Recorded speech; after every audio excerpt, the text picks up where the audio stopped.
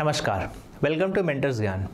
आज current affair में पढ़ने को बहुत सारी चीज़ें हैं और समय कम है, क्योंकि हम करंट अफेयर की वीडियो को ज़्यादा लंबा नहीं करना चाहते। ये रोज़ आता है। ऐसे ही जैसे जुलाई ख़त्म हो चुका है, पढ़ने को बहुत सारा है। सिर्फ पढ़ने के लिए आपके पास इस साल का 5 महीना है। तो जैसे हम बिना संस्कृति को डिस्कस किया सीधे पढ़ाई पे आ रहे हैं, वैसे ही आप भी सारी काम छोड़ दीजिए और सीधे पढ़ाई पे आ जाइए। ठीक है, शुरुआत करते हैं आज के करंट अफेयर को। और आप देख पा रहे होंगे, इसमें आपको दिख रहा है कि सबकी आय प्रतिमाह 1.25 लाख होने पर ही विकसित होगा भारत। ये जो आप विकसित भारत के बारे में देख रहे हैं, इसकी चर्चा इस साल के बजट से बहुत बार की गई है। ये जो चर्चा है, इसको हम इसलिए कर रहे हैं क्योंकि हमारे प्रधानमंत्री नरेंद्र मोदी जी का लक्ष्य है विकसित भारत @2047 2047, यानी भारत की आज़ादी के 100 साल तक भारत को विकसित बनाना है। उसी पर काम किया जा रहा है। नीति आयोग को एक वर्क करने के लिए ड्राफ्ट पेपर तैयार करने कहा गया था, जिसका उन्होंने एक अप्रोच पेपर पब्लिश किया है। उसी अप्रोच पेपर से रिलेटेड यह एक न्यूज़ है। इसमें राष्ट्रीय आय को 1.25 लाख पर व्यक्ति होना चाहिए था, जिसको हम अभी डिस्कस करेंगे और साथ ही साथ देखेंगे राष्ट्रीय आय क्या होता है और प्रति व्यक्ति आय क्या होता है। इसी तरीके से हम करंट अफेयर को पढ़ते आए हैं, आगे भी पढ़ेंगे। इसमें क्या होता है, करंट और स्टैटिक को मिला के अगर कोई क्वेश्चन दे भी दिया वनडे एग्जाम में तो आपसे बन जाएगा। साथ ही साथ मेंस में आप ये सीखते हैं कि कैसे करंट अफेयर को यूज़ करके स्टैटिक के आंसर को अच्छा बनाया जा सकता है। ठीक है, स्टार्ट करते हैं। यहाँ पे आप एक चीज़ देख पा रहे होंगे, प्रति व्यक्ति आय कितना होना चाहिए, 1.47 लाख, 1.25 लाख। ठीक है, तब भारत विकसित होगा। अप्रोच पेपर में और क्या बात कही गई है, मिडिल इनकम ट्रैप से निकलना बहुत ज़रूरी है। 2001 में $460 थी प्रति व्यक्ति आय, जिसको 1.25 लाख होना चाहिए। ठीक है, इसके बाद देश को आत्मनिर्भर होना पड़ेगा। किन किन क्षेत्रों में, ऊर्जा के क्षेत्र में, सुरक्षा के क्षेत्र में, इन सभी क्षेत्रों में आत्मनिर्भर होना पड़ेगा। इसीलिए भारत ग्रीन एनर्जी की ओर आगे बढ़ रहा है। फिर इसके बाद है भारत के इतिहास में महत्वपूर्ण मोड़ है, 21वीं सदी भारत का हो सकता है, क्योंकि भारत अभी विश्व की कौन सी अर्थव्यवस्था है, तो 5वीं बड़ी अर्थव्यवस्था है। इसके बाद 2030 तक ऐसा माना जा रहा है कि भारत विश्व की तीसरी बड़ी अर्थव्यवस्था बनेगा। भारत में वर्कफोर्स सबसे ज़्यादा है और दूसरा, भारत अभी वैश्विक नेता के तौर पर उभरता जा रहा है, इसीलिए भारत में डेवलपमेंट के चांसेस सबसे ज़्यादा हैं। ठीक है, आगे यहाँ पे 2027 तक लिखा हुआ है, भारत विश्व का तीसरे नंबर का अर्थव्यवस्था हो जाएगा। तो ये 30 को काट करके क्या कर लो, 27 ऐसा अनुमान लगाया जा रहा है। आगे देखिए, 2 साल में दोगुनी हो जाएगी डिजिटल इकोनॉमी। मतलब भारत की जो डिजिटल इकोनॉमी है, आप लोग जो डिजिटल पेमेंट्स करते हैं, वो 2 साल में दोगुनी हो जाएगी। इसमें एक खतरा भी है, साइबर सिक्योरिटी का खतरा आ रहा है, जो यहाँ पे लिखा हो रहा है। ठीक है, चिंता देश में सबसे बड़ी ये है कि बढ़ रही है डेटा चोरी। इसके साथ ही साथ जो फिशिंग होता है वो बढ़ता जा रहा है। एक जामतारा करके वेब सीरीज है, नेटफ्लिक्स पर, बिल्कुल देखिएगा। फिशिंग का मतलब ये होता है कि आपको कॉल आएगा, मैसेज आएगा, या फिर व्हाट्सएप में कुछ मैसेज करेंगे, आप अपने कार्ड नंबर बताएंगे, OTP पूछेगा, आप बता देंगे और आपके अकाउंट से पैसे गायब। ठीक है, वनडे एग्जाम्स में भी अगर कंप्यूटर से रिलेटेड या फिर नेटवर्किंग से रिलेटेड इस तरह के सवाल आते हैं, तो फिशिंग का मतलब ये होता है, समझ लीजिएगा, कॉल या फ़ोन आएगा और आपके अकाउंट से पैसे गायब हो जाएंगे। इस ठग का विकास होता जा रहा है और जब से ये डिजिटल इकोनॉमी बढ़ा है, तब से और ज़्यादा इसमें वृद्धि हो गई है। ठीक है, भारत को अगर ये लक्ष्य हासिल करना है, मतलब 2047 तक विकसित होना है, तो साक्षरता दर जो अभी 77% है, इसको 100% यानी 100% होना पड़ेगा। 37% महिलाओं की श्रम शक्ति में भागीदारी है, जिसको 70% होना पड़ेगा। कुशल श्रमिक 32% हैं, उसको भी 100% यानी 100% होना पड़ेगा। औद्योगिक हिस्सेदारी अभी 28% है, इसको कितना होना पड़ेगा, 34% होना पड़ेगा। अभी हमारे भारत में 112 कामकाजी व्यक्ति चाहिए, अभी कितने हैं, 96 करोड़। ठीक है, और 84 हमारी जीवन प्रत्याशा होनी चाहिए, 84 वर्ष। अभी कितना है, 71 वर्ष। ज़्यादा देर तक हम जिएंगे और ज़्यादा हमारे कामकाजी लोग अगर आएंगे तो ये लक्ष्य बिल्कुल हासिल किया जा सकता है। ठीक है, प्रति व्यक्ति आय क्या होता है, आगे के स्लाइड्स में पढ़ेंगे। अभी आपको यह याद करना है कि प्रचलित भाव पर, मुख्यतः परीक्षाओं में प्रचलित भाव पर ही पूछा जाता है। छत्तीसगढ़ का जो प्रति व्यक्ति आय है वर्ष 2023-24 के इकोनॉमिक सर्वे में ऐसा दिया गया है 147,36,1। इसी सीक्वेंस में याद करेंगे, आसानी से याद हो जाएगा। 147,36,1, ठीक है। वृद्धि कितनी हुई है? तो 7.31% की वृद्धि हुई है पिछले साल से। अब देखते हैं राष्ट्रीय आय क्या होता है। राष्ट्रीय आय होता है किसी भी अर्थव्यवस्था में एक निश्चित अवधि में। यह निश्चित अवधि क्या है? हमारा फाइनेंशियल ईयर, मतलब मार्च 31 तक। कब से? 1 अप्रैल से मार्च 31 तक जो फाइनेंशियल ईयर होता है, तब तक की अवधि में हमारे देश में उत्पादित अंतिम वस्तुओं और सेवाओं का मौद्रिक मूल्य होता है। इसको क्या कहते हैं? किसी भी देश का नेशनल इनकम कहा जाता है, ठीक है। आगे इसमें बाकी सारे कारक भी शामिल होते हैं उत्पादन के, जैसे किराया, मजदूरी, लाभ, ब्याज और आय। अगर कहीं पे आप बिस्किट खरीद रहे हैं तो आपसे सिर्फ आटे, शक्कर, दूध का पैसा नहीं लेगा। वो बनाने वाले मजदूर, उपयोग किए जाने वाले उपकरण, बिजली बिल, इसके बाद ट्रांसपोर्टेशन का खर्चा और जिस दुकान में आप खरीद रहे होंगे उसके लाभ को मिला करके अंतिम जो मूल्य होता है उसी को यहाँ पे कहा गया है अंतिम सेवाओं और वस्तुओं का मौद्रिक मूल्य, ठीक है। अब ये जो राष्ट्रीय आय है ये सभी वस्तुओं के लिए होता है, तो इसको कैलकुलेट करने के अलग अलग अवधारणाएं हैं। पहला है सकल घरेलू उत्पाद, जीडीपी। यहाँ ध्यान रखिएगा, जीडीपी मतलब भारत का जो सीमा है, भौगोलिक सीमा, इसके अंदर में जितनी भी वस्तुएं उत्पादित हो रही हैं, चाहे उसको भारत का नागरिक करे या फिर विदेशी आदमी यहाँ पे बैठ के करे, शर्त यह है कि भारत की भौगोलिक सीमा के अंदर होने वाला उत्पादित वस्तु, कौन कौन सा वस्तु या सेवा, इन सब के जो अंतिम मूल्य है इसको हम कहेंगे जीडीपी, सकल घरेलू उत्पाद। इसके बाद आ जाता है जीएनपी। क्या हो जाएगा ये? ग्रॉस नेशनल प्रोडक्ट या फिर सकल राष्ट्रीय उत्पाद। अब राष्ट्रीय उत्पाद है, इसका मतलब नागरिक भारतीय होने चाहिए, यहाँ पे भौगोलिक सीमा नहीं गिना जाएगा। अब भारतीय नागरिक सिर्फ जिस चीज़ को उत्पादित कर रहे हैं उसको हम नेशनल मतलब ग्रॉस नेशनल प्रोडक्ट यानी कि सकल राष्ट्रीय उत्पाद में गिनेंगे। अब भारतीय व्यक्ति का मतलब भारतीय नागरिक चाहे भारत में उत्पादन करें चाहे भारत के बाहर विश्व के किसी भी जगह पर उत्पादित करें, क्या कहलाएगा वो? सकल राष्ट्रीय उत्पाद यानी जीएनपी, ग्रॉस नेशनल प्रोडक्ट कहलाएगा। अब यहाँ पे जो विदेशी लोग कमा रहे हैं या उत्पादित कर रहे हैं भारत में या विदेश में, उनको नहीं गिनेंगे, केवल भारतीय नागरिक चाहे भारत में उत्पादित करें या भारत के बाहर, इसको कहेंगे जीएनपी, सकल राष्ट्रीय उत्पाद, ठीक है। आगे देखिएगा एनडीपी, इसको क्या कहेंगे? Net domestic product. जो सकल घरेलू उत्पाद था ना जीडीपी, उसी में अगर आप मूल्य ह्रास को हटा देंगे, किसको हटा देंगे? मूल्य ह्रास। कुछ ऐसे मशीन्स हैं जिनका पहले आपने रेट कुछ ज़्यादा बताया था, 1 साल के बाद में उसके पुर्जे धीरे धीरे खराब होते हैं तो उनका वैल्यू डाउन होता है, डेप्रिशिएट होता है। इसी डेप्रिशिएशन को अगर आप हटा देंगे किस में से? जीडीपी में से, तो क्या आ जाएगा? Net domestic product. इसको कहते हैं शुद्ध घरेलू उत्पाद कहते हैं, ठीक है। आगे शुद्ध राष्ट्रीय आय NANI, ठीक है। ये जीडीपी में मूल्य ह्रास को घटा देंगे, यहाँ पे जीडीपी नहीं होगा, ये जीएनपी होगा। अगर आप जीएनपी में या फिर ग्रॉस नेशनल प्रोडक्ट में अगर आप मूल्य ह्रास को हटा देते हैं तो आपको क्या मिल जाएगा? शुद्ध राष्ट्रीय आय मिल जाएगा। अब राष्ट्रीय आय की गणना करेंगे तो जो हमारा शुद्ध राष्ट्रीय आय है, यही वाला शुद्ध राष्ट्रीय आय, इसमें अप्रत्यक्ष कर को प्लस सब्सिडी, ठीक है। तो ये जो नेट नेशनल इनकम यानी राष्ट्रीय आय है, इसमें से हमको प्लस करना है अप्रत्यक्ष कर और माइनस करना है सब्सिडी, ठीक है। तो यहाँ से बन जाता है नेशनल इनकम। ये फॉर्मूला प्रीलिम्स में इस बार पूछा भी गया है। अप्रत्यक्ष कर को जोड़ करके सब्सिडी को माइनस करेंगे तो नेशनल इनकम आ जाता है, ठीक है। ये नेशनल इनकम होता है, ये अर्थव्यवस्था का एक पोर्शन था जिसको आपको समझना जरूरी था। भारत की प्रति व्यक्ति आय आपको बताना है। यह जो राष्ट्रीय आय आता है, इस राष्ट्रीय आय में, अच्छा प्रति व्यक्ति आय का अभी तक आपको मैंने बताया नहीं है तो याद करिए, प्रति व्यक्ति आय या पर कैपिटा इनकम इसी को कहते हैं। यह जो राष्ट्रीय आय आया हुआ है, इसमें से कुल जनसंख्या, राष्ट्रीय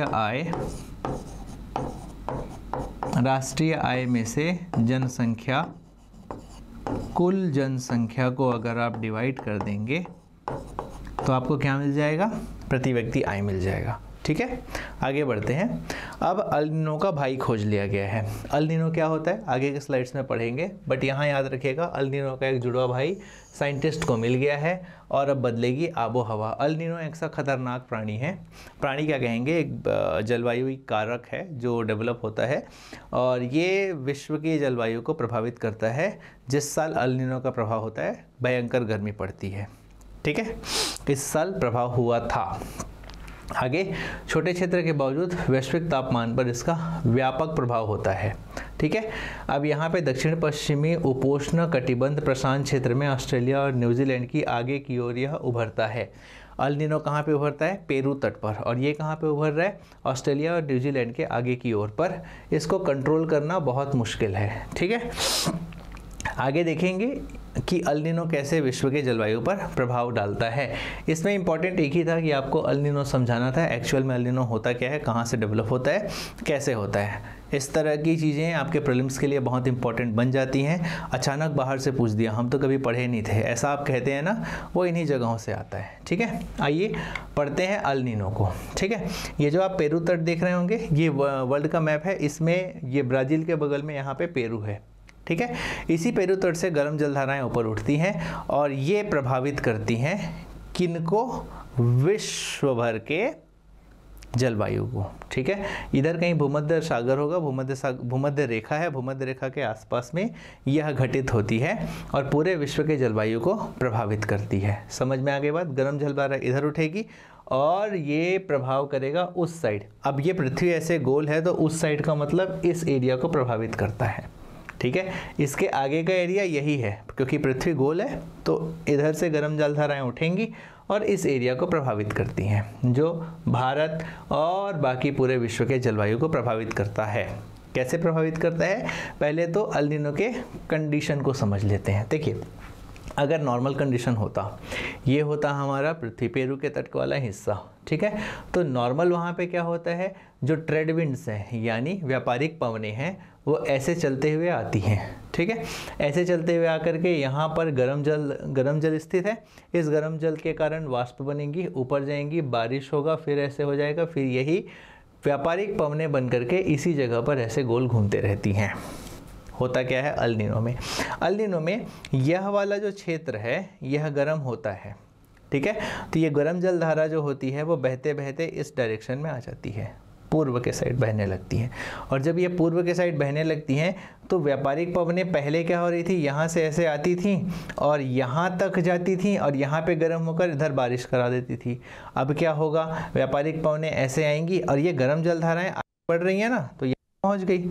अब ये ऐसे आएगा और यहाँ खुद पहले ही गर्म हो गया, ठीक, और इस जगह पे आया और इधर बारिश करा दिया। अब ऐसे ही जैसे जैसे गर्म जलधाराएं ऐसे आगे बढ़ते जाएंगी तो उसी जगह पे बारिश होती जाएगी, बारिश होती जाएगी, बारिश होती जाएगी। जो बारिश एक्चुअल में यहाँ पे होना था वो इधर सारे विश्व में फिर होने लगती है।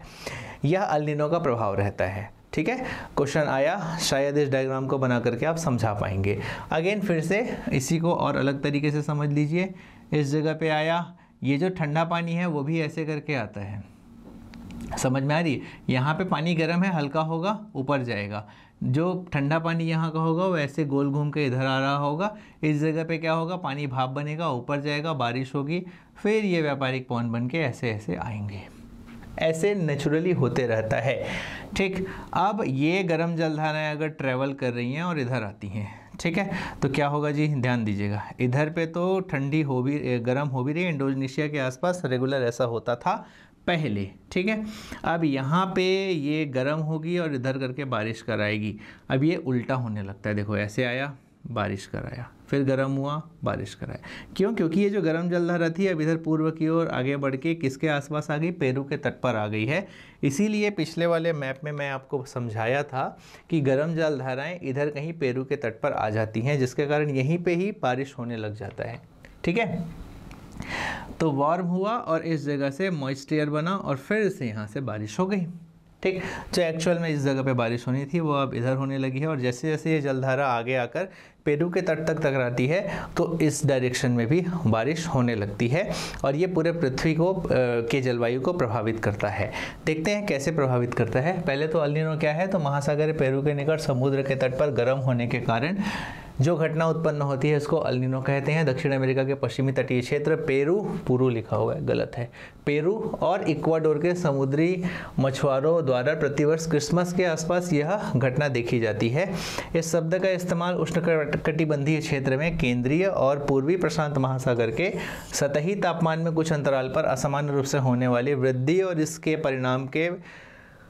परिणामस्वरूप होने वाले विश्वव्यापी प्रभाव के लिए किया जाता है। ये सीधा सीधा लिखा हुआ है, इसको छाप लेना, आंसर में यूज़ कर सकते हो। ला नीना इसका भाई है। ला नीना क्या करता है? वह भी मानसून का रुख तय करने वाला सामुद्रिक घटना है। अल नीनो ला नीना दोनों सामुद्रिक घटनाएं हैं। यह घटना सामान्यतः अल नीनो के बाद होती है।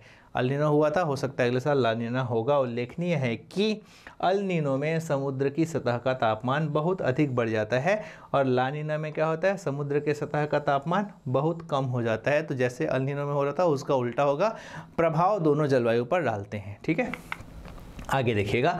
अल नीनो का सर्वाधिक प्रभावी क्षेत्र प्रशांत महासागर का सबसे गर्म हिस्सा भूमध्य रेखा के आसपास का क्षेत्र है। पृथ्वी गोल गोल घूम रही है, इसीलिए हवाएं कहाँ से? पूर्व से पश्चिम की ओर बहती हैं और ये हवाएं गर्म जल को पश्चिम की ओर अर्थात इंडोनेशिया की ओर ढकेलती हैं और इसका प्रभाव फिर बाकी विश्व पर पड़ता है। पर मेन प्रभाव वाला क्षेत्र प्रशांत महासागर वाला क्षेत्र है, इंडोनेशिया और पेरू के बीच का। आगे अल नीनो का प्रभाव क्या होता है? तो इसके प्रभाव से प्रशांत महासागर के समुद्र की सतह गर्म हो जाती है, हवाओं के रास्ते और रफ्तार में परिवर्तन आ जाता है, जिसके चलते मौसम चक्र बुरी तरह से प्रभावित होता है। सीधे सीधे प्रभाव लिखिएगा। मौसम के बदलाव के कारण कई स्थानों पर सूखा पड़ जाता है। जिन जगहों पर गर्म थी, बारिश नहीं हो पाई, उस जगह पर सूखा पड़ जाएगा और कई जगहों पर बाढ़ आ जाती है। ठीक है, तो मौसम चक्र क्या हुआ? प्रभावित हो गया। आगे देखेंगे, जिस वर्ष अल नीनो की सक्रियता बढ़ती है उस वर्ष दक्षिण पश्चिम मानसून पर उसका असर निश्चित रूप से पड़ता है। इससे पृथ्वी के कुछ हिस्सों में भारी वर्षा होती है और कुछ हिस्सों में सूखे की स्थिति आ जाती है। दक्षिण पश्चिम मानसून मतलब समझ पा रहे हो, जो अभी वर्षा हो रही है वो है। भारत में अल नीनो के कारण सूखे की स्थिति उत्पन्न होती है, जबकि ला नीना के कारण अत्यधिक बारिश होता है। समझ में आ गई बात? इस बार बहुत गर्मी भी पड़ी थी। ठीक, आगे देखते हैं। क्वाड एक्चुअली क्वाड एक पेपर 7 के पार्ट 2 में बहुत इंपॉर्टेंट सेक्शन हो जाता है। पिछले कुछ सालों तक तो रेगुलर से सवालों की उम्मीद थी। अगर ऐसा कुछ फिर से घटित होता है तो क्वाड फिर से इंपॉर्टेंट हो जाता है। क्वाड का इंपॉर्टेंस कभी ख़त्म नहीं होगा जब तक पेपर 7 का पार्ट 2 है। देखिए, भारत ने चीन को सीधे चुनौती दी और क्या बोला? आगे ही बढ़ता जाएगा क्वाड। लेकिन इसमें एक और वक्तव्य था हमारे विदेश मंत्री जयशंकर जी का। उनका यह था कि भारत चीन से अकेले निपट लेगा, उसमें किसी तीसरे देश का इंटरफेयर नहीं चाहिए। लेकिन भारत अपना वैश्विक नीति तो निभाएगा ना, क्वाड बनाएगा ना, उस जगह पर वो अपने चीज़ें को डिस्कस तो करेगा ही। तो भारत क्वाड की सहायता से अपना रिलेशन किनके साथ? जापान, ऑस्ट्रेलिया, यूएसए के साथ आगे बढ़ा रहा है। क्वाड में कितने देश हैं? 4 देश ही हैं, भारत, जापान, ऑस्ट्रेलिया और अमेरिका। अब इन सब के मदद से जो दक्षिण चीन सागर है उस क्षेत्र पे भारत अपने आप को मजबूत कर रहा है। तो चीन का प्रभाव अपने आप कम हो रहा है। जब ये क्वाड बना था तो उसका विरोध भी चीन ने ही किया था। ठीक है, इंडो पैसिफिक इलाके को मुक्त बनाए रखना है। किन्होंने कहा? जयशंकर प्रसाद ने। इंडो पैसिफिक इलाका मतलब भारत, ये हिंद महासागर का एरिया है, इसको मुक्त बनाए रखना है। मुक्त मतलब यहाँ पे अटैक कौन कर रहा है? तो चाइना अलग अलग देशों को परेशान कर रहा है। भारत कहता है कि उसके प्रभाव को हमको कम करना है। सहयोग किन का ले रहा है? तो जापान का ले रहा है, ऑस्ट्रेलिया का ले रहा है और यूएसए का ले रहा है इस क्वाड की मदद से। ठीक है, अब यहाँ पे ध्यान दीजिएगा, क्वाड का गठन तो सुनामी की घटना हुई थी सन 2004 के आसपास। तब भारत, ऑस्ट्रेलिया, जापान और अमेरिका ने आपदा राहत के प्रयासों में एक साथ सहयोग किए और बोले कि हम लोग क्वाड बनाएंगे इस तरह के आपदा से बचने के लिए। 2007 में जापान के प्रधानमंत्री शिंजो आबे ने इसे चतुर्भुज सुरक्षा वार्ता यानी क्वाड के रूप में औपचारिक रूप से नाम दिया था। ठीक है, आगे बढ़ते हैं। अच्छा, ये क्वाड है। क्वाड क्या है अभी आपको मैंने समझा दिया। 2007 में दक्षिण पूर्व एशियाई राष्ट्रों के संगठन एशियन के दौरान बातचीत की थी और लोकतांत्रिक राष्ट्र होने और व्यापार में सुरक्षा के माध्यम से समुद्री सहयोग और अपने हितों के लिए एक साझा आधार खोजने के लिए क्वाड बनाया था। ठीक है, ये सीधे सीधे एक पैराग्राफ में आपको लिखकर बता दिया गया है। सीधे सीधे किसका गठन क्यों हुआ था, कब हुआ था, ये आपको जानकारी आप पेपर 7 पार्ट 2 में लिख सकते हैं। वर्तमान करंट अफेयर में यही था, इंटरनेशनल रिलेशन थोड़ा सा पढ़ना लिखना पड़ेगा आपको, ठीक है। उसके बाद देखिए सबसे ज़्यादा प्रदूषित जो 131 शहर हैं देश के, उसमें है कोरबा और रायपुर है। कोरबा क्यों है आपको पता ही होगा, रायपुर क्यों है ये मैं बता देता हूँ। वहाँ पे भी अब धीरे धीरे डेवलपमेंट हो रहा है, जनसंख्या बढ़ती जा रही है, बहुत ज़्यादा जनसंख्या के कारण वायु पर प्रभाव पड़ रहा है। जितने भी आपके कारखाने वहाँ पे शिफ्ट हो रहे हैं, या फिर आप कह सकते हैं लोगों का प्रभाव बढ़ने के कारण कार, मोटर वाहन, इन सभी से जो प्रदूषित एयर निकल रहा है ये प्रदूषण फैला रहे हैं, ठीक है। अब छत्तीसगढ़ के 2 प्रदूषित शहर इनमें शामिल हैं, रायपुर और कोरबा। कोरबा तो पूरा ही प्रदूषित हो चुका है।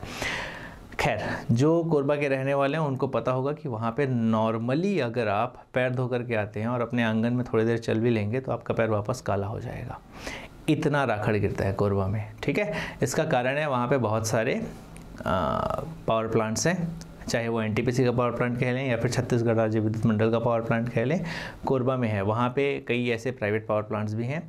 रीज़न, वहाँ पर कोयला बहुत आसानी से मिलता है और एक आइडल जगह है। हसदेव नदी के पानी का उपयोग किया जा सकता है, बांको डैम के पानी का उपयोग करते हैं, दर्री डैम के पानी का उपयोग करते हैं, और इन पानी का उपयोग करने के बाद ऐसे पावर प्लांट्स वहाँ पे और स्थापित हैं ही, किए भी जा रहे हैं, ठीक है।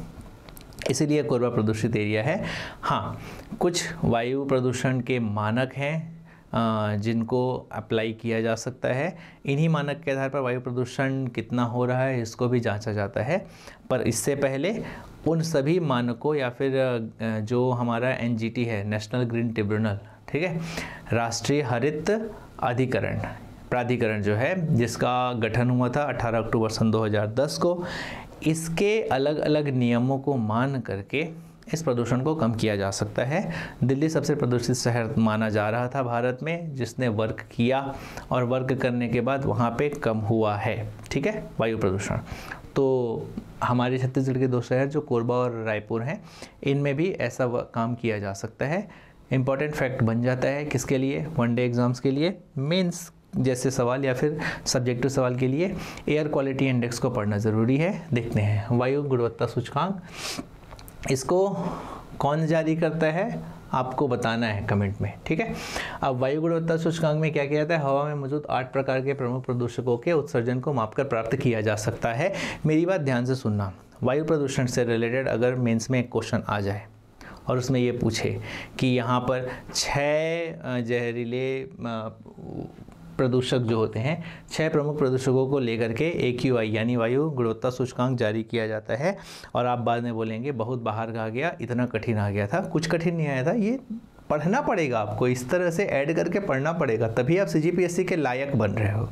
यहाँ पे मजाक नहीं चल रहा है। आप छत्तीसगढ़ जैसे विकासशील स्टेट को चलाने के लिए एक मजबूत आधार बन करके वहाँ ऑफिसर बनने जा रहे हैं, ठीक है। तो मजाक में पेपर निकल जाए, ये आपके अपने छत्तीसगढ़ के लिए दुर्भाग्य की बात है कि आप मजाक में ऐसे ऑफिसर बन जा रहे हैं। जानना पड़ेगा, सीखना पड़ेगा, जो चल रहा है उससे रिलेटेड आपकी जानकारी कितनी है ये आपको शो करना है और इसकी जानकारी को बढ़ाते जाना है, तब एक अच्छे ऑफिसर बनेंगे। छत्तीसगढ़ के साथ मजाक मत करिए भाई, अपने साथ कर लिया अभी तक का, चल गया। माँ बाप के साथ कर लिए हो, चल गया है। छत्तीसगढ़ के साथ करोगे तो यही होगा कि जो ज़्यादा लायक है वो जीत के आगे आ जाएगा।